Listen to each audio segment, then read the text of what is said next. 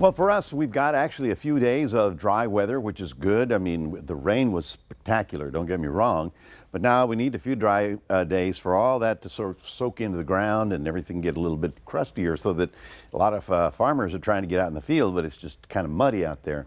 So we do have dry weather in the short term. But while we're doing well on the other side of Bexar County, you can see how they had another 2 to 3 inches of rain again today in places where you just don't need any more. I mean, the interesting thing is it just keeps falling right here. The little system that's sort of circulating right about there, that looks like it's finally leaving, and we'll hope that in the next few days they do get some drying weather coming in. Now, you can see right about here, there's Bexar County, San Antonio, and they are still under a flash flood watch for all of those areas that have been touched by the floods and the extremely heavy rain. So we are on the good side of things, no major problems for us, and it'll get a little bit warmer for the next couple of days, but hey, you know, it could be a whole lot worse. We'll take a look at the big picture, and you can see this is the rainfall in the last 12 hours. You can see the 1 to 2, 3 inches right about there, right in the places where, you know, the Frio River.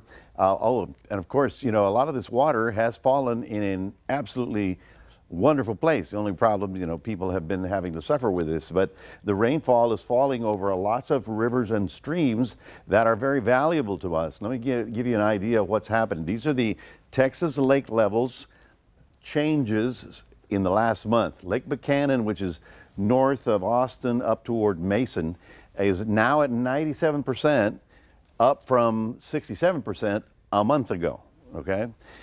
Canyon Lake, obviously there in New Braunfels, it's up to 64% from 46% a month ago.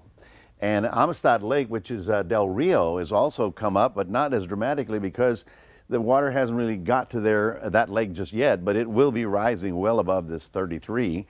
And Lake Travis, which is just west downtown Austin, is up to 82%, up from 44%. So the changes have been dramatic. The lakes are, you know, going to be filling, and that's the good news.